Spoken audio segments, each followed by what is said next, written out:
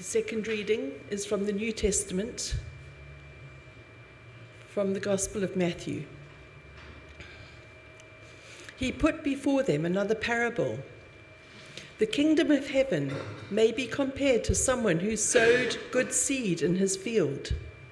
But while everybody was asleep, an enemy came and sowed weeds among the wheat, and then went away. So when the plants came up and bore grain, then the weeds appeared as well. And the slaves of the householder came and said to him, "Master, did you not sow good seed in your field? Where then did these weeds come from?" He answered, "An enemy has done this." And the slaves said to him, "Then do you want us to go and gather them?" But he replied, "No, for in gathering the weeds, you would uproot the wheat along with them. Let both of them grow together until the harvest, and at harvest time I will tell the reapers, 'Collect the weeds first and bind them in bundles to be burned, but gather the wheat into my barn.'" He put before them another parable. The kingdom of heaven is like a mustard seed that someone took and sowed in his field. It is the smallest of all the seeds, but when it has grown, it is the greatest of shrubs and becomes a tree, so that the birds of the air come and make nests in its branches. He told them another parable. The kingdom of heaven is like yeast that a woman took and mixed in with 3 measures of flour until all of it was leavened. Jesus told the crowds all these things in parables. Without a parable, he told them nothing. This was to fulfill what had been spoken through the prophet. "I will open my mouth to speak in parables. I will proclaim what has been hidden since the foundation." Then he left the crowds and went into the house. And his disciples approached him, saying, "Explain to us the parable of the weeds of the field." He answered, "The one who sows the good seed is the Son of Man.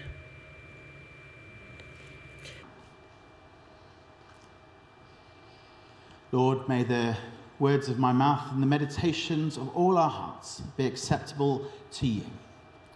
Amen.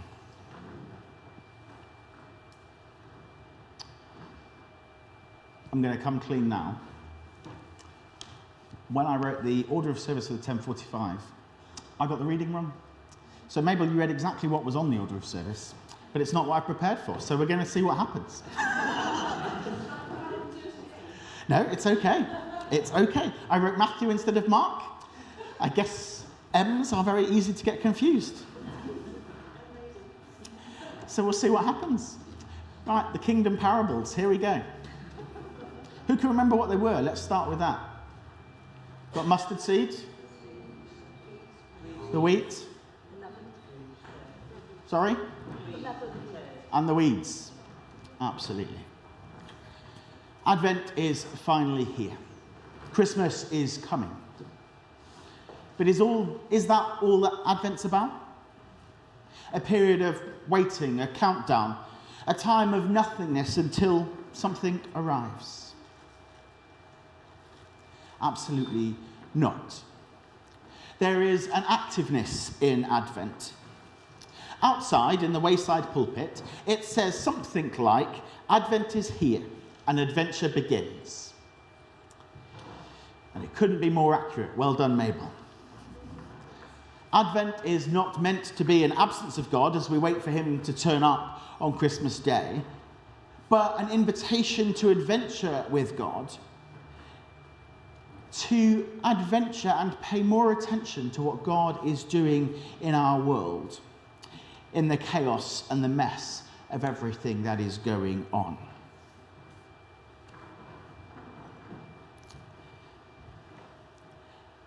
Our passage from Matthew said, "Let them grow together, and I'll sort it out at the end," if I'm remembering rightly.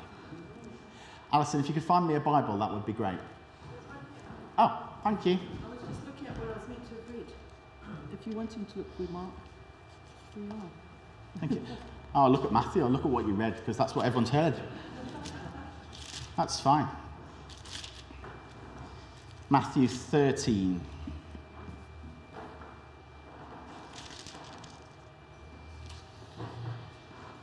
Let them grow together, and we'll sort them out at the end. Because while you're pulling up the weeds, you may root up the wheat with them. Let both grow together until the harvest. At that time, I will tell the harvesters, first collect the weeds and tie them in bundles to be burned, then gather the wheat and bring it into my barn. Advent is a time to pay particular attention, a reminder that God is still doing and acting and asking us to journey with him. Because not only at Christmas do we remember Christ's birth, but the promise that one day he shall come again. That there will, in fact, be a day of harvesting. We remember that we are supposed to be the wheat and not the weeds. Our passage from Mark, had we read it, would have been much the same, talking about the end days. I will read you a little bit from it.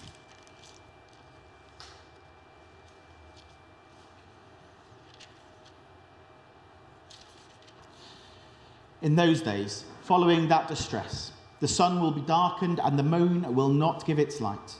The stars will fall from the sky and the heavenly bodies will be shaken. At that time, even men will see the Son of Man coming in the clouds with great power and glory. And he will send his angels and gather his elect from the four winds and from the ends of the earth to the ends of the heavens. And then it goes on to talk about a fig tree.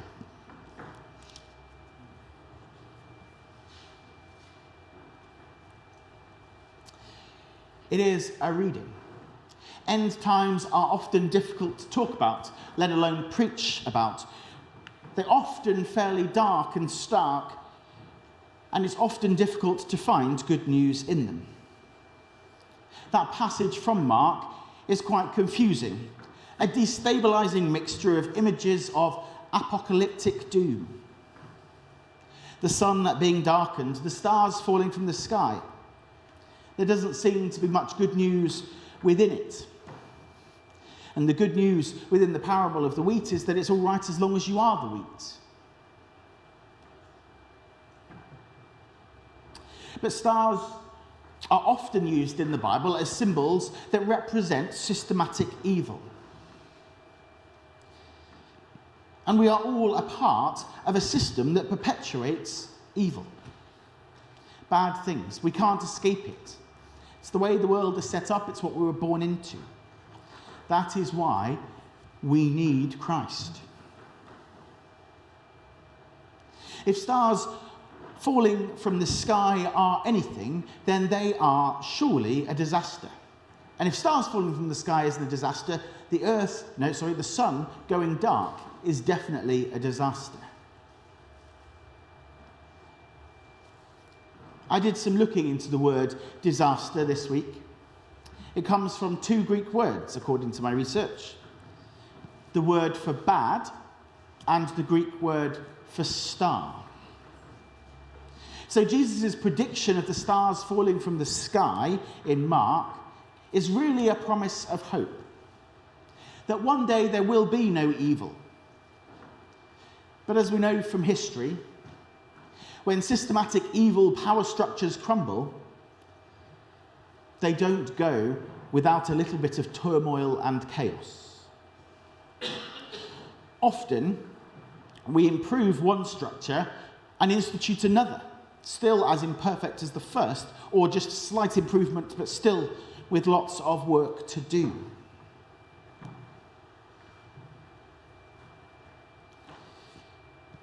Trying to sort systematic evil out is a messy business.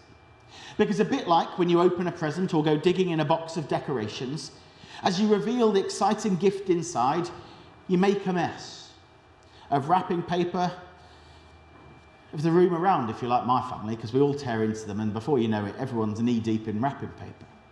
But I have heard that some families do this strange thing about having a black sack in the middle of the room. Whose family does that? You're all very odd. to enjoy and embrace the mess and chaos. No. I think if my mum had her own way, we'd have a black sack in the middle of the room. But if you prefer a different way of saying it, then we can go back to the old idiom, that in other words, you can't make an omelette without breaking a few eggs. In order to pursue the good, to find treasure, and to look after that treasure, to grow it and develop it, you have to make a bit of a mess. The same is true of God bringing about his promises. It is impossible for God to bring about his promise of a good and just world without making a bit of a mess in the process. People must learn new ways of doing and being. In our first reading, we had that image of God the potter. Having done pottery in August on a wheel, it was great fun, but you can't do it without making a mess. I came away with clay up my arms, down my shirt and all over my jeans. It's impossible to do it without making a mess. Even the lady that was giving me advice, who'd been doing it for I don't know how long, told me that. She said she still made a mess. It's part of the process. It's what you must do. In breaking down systems, we make a mess. Because people need to learn new ways of doing and being. And those people that must change are not remote from us. It doesn't mean everybody else out there and we're all right in here, Jack, which is often what happens when we read that passage about the wheat, if we're honest, isn't it? Is we go, it's all right, we're the wheat, we know Jesus, we're going to be fine. But actually, we're just as much of a part of the problem as everybody else. We have somebody, thankfully, who can help us, guide us, and forgive us. But we need him. Can't do it on our own.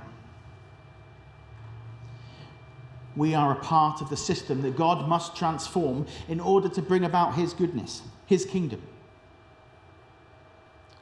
I was trying to think of an example in recent history of when we've seen structures overturned and when it's got a little bit messy. I think we've seen a fair few in recent years. Where I ended up was with the leaving of the EU. I'm not necessarily saying that the EU was an evil structure, but it was a structure in which we broke apart. We decided to do something different. And it got a bit messy. Because actually the Brexit deal that we got isn't exactly the Brexit deal that those that voted for it wanted. And those that didn't vote for it and voted to stay didn't get what they wanted either. And the people in the countries that we did, so things happened. It was messy. Conversations had to be had. People were hurt and disappointed. Some might still be. We could debate all day the good bits and the bad bits. The important thing is, it was chaotic and messy. But also, that not everything that has come into being is directly attributable to those who voted for it or indeed enacted the policies. Other countries and other people have reacted, moved, and made things happen, more or less difficult along the way too. God's mission of transforming the structures of this world towards his kingdom is made all the more complicated and messy by the fact that it includes humanity. Because we react, we make decisions of our own along the way. The good news is that that doesn't put God off from his mission, from pursuing us, coming to find us. In amongst all of the chaos, God seeks each and every one of us. And he seeks to bring us together, to unite us under his banner and in his kingdom.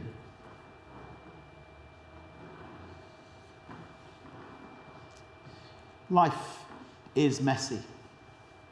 Sometimes because of what God does in us, and sometimes because of what other people do in and around us, and sometimes because of what we do in and around us. I'm looking at this right now going, I'm going to have to clean it up in the next song because we're having communion later and I don't want anyone to slip on the paper. Definitely a mess I made. We all go through turmoil in life. There's turbulence in society, in nature, in our personal lives, some of which might be caused by God, but most of which is likely caused by the decisions of ourselves and others. However, in the midst of all this chaos, God is birthing peace and shalom. And we, as we're reminded in Advent, should engage in seeking justice in partnership with God. We should be seeking God and joining in with whatever he is doing. Of course, engaging in that justice seeking with God will likely make a bit more of a mess. As more lives are transformed, things are unpacked, and we try to start something new or grow something new. As we seek to grow what God is birthing in our world. My old chair of district in the Sheffield district did her sabbatical a year or two ago on the image of God as midwife.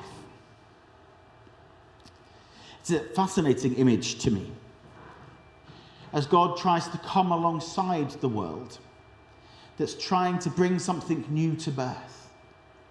As a midwife, his job is not to do it and click his fingers and make it all happen.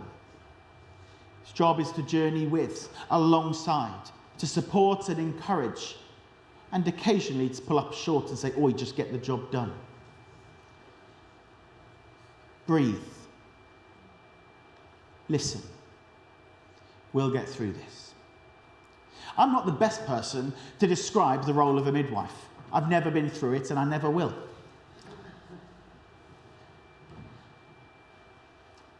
But some of you have. Some of you know what that's like.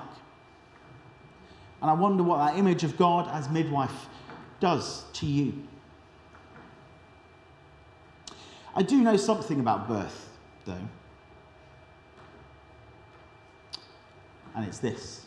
It's very messy. It's not clean and tidy. As clinical as we might try to make it in hospitals, there's still an element of mess involved. Something wonderful comes through the mess.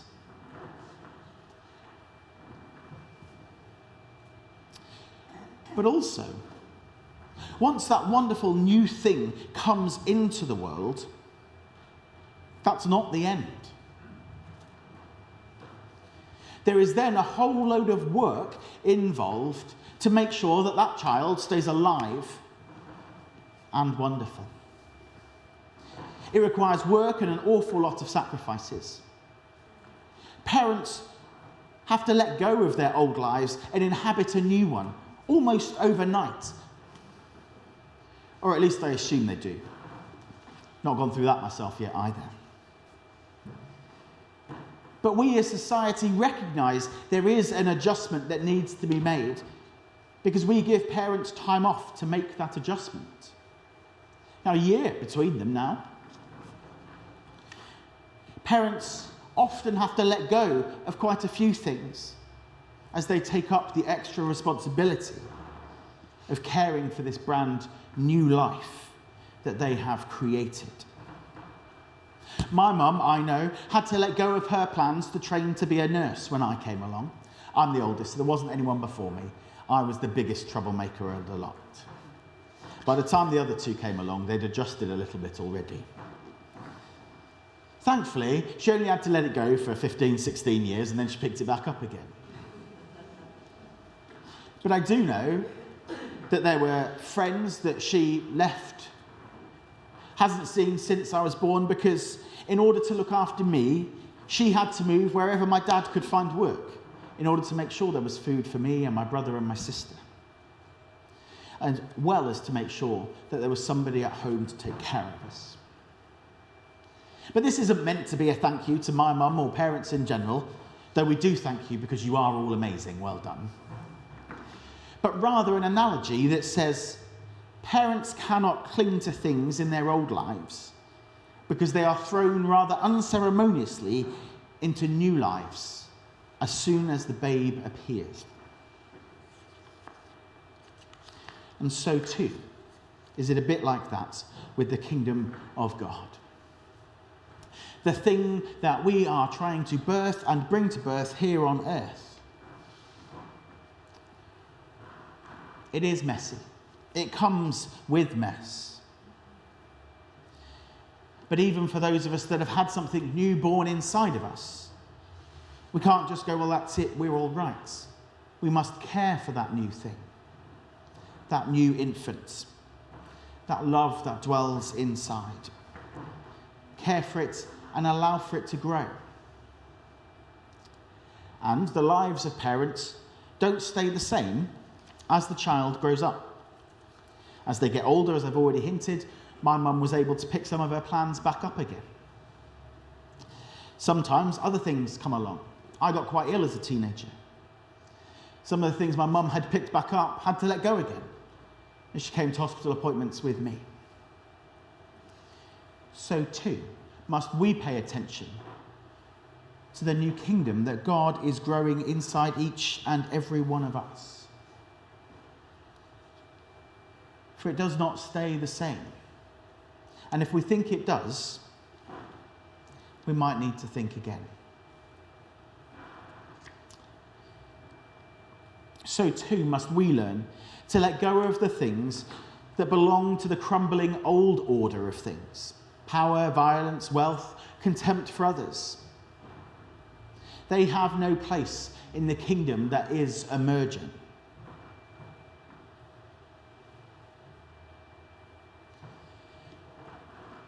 Advent is a reminder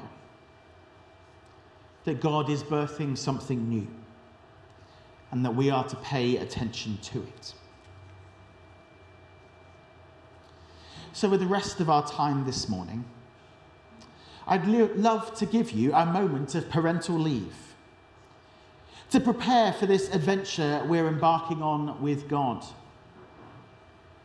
To ask yourselves, as God is birthing something new in me, in society and the world around, what am I willing to let go of in order to nurture God's fragile new reality?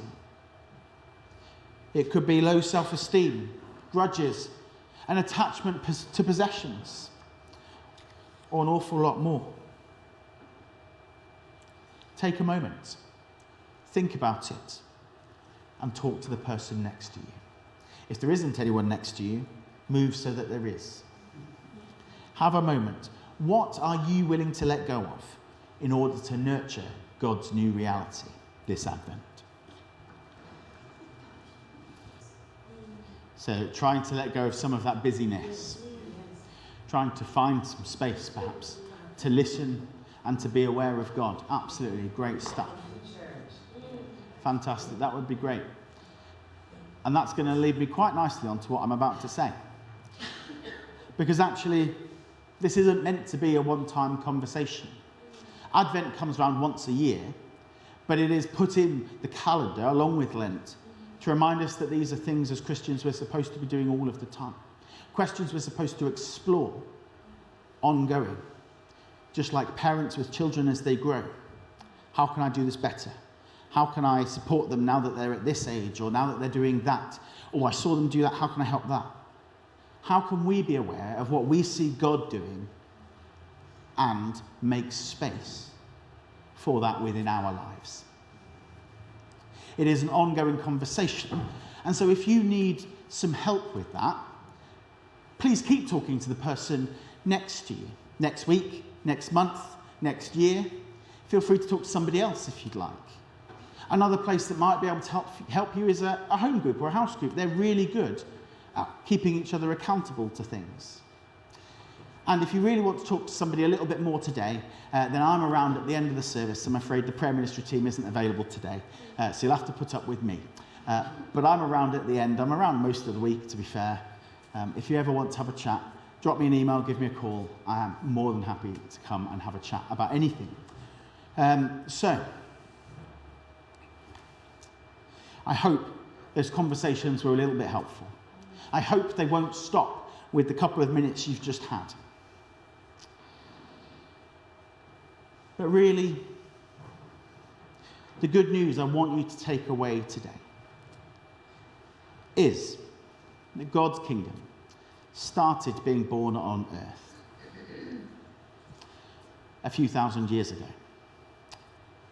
A tiny little mustard seed, a tiny little baby. And it's still growing. It is perhaps the longest labour we have ever known. Sounds painful, doesn't it? And it is painful. But at the end is a promise, a hope in something that is going to be so much better than we can think of or dream of right now.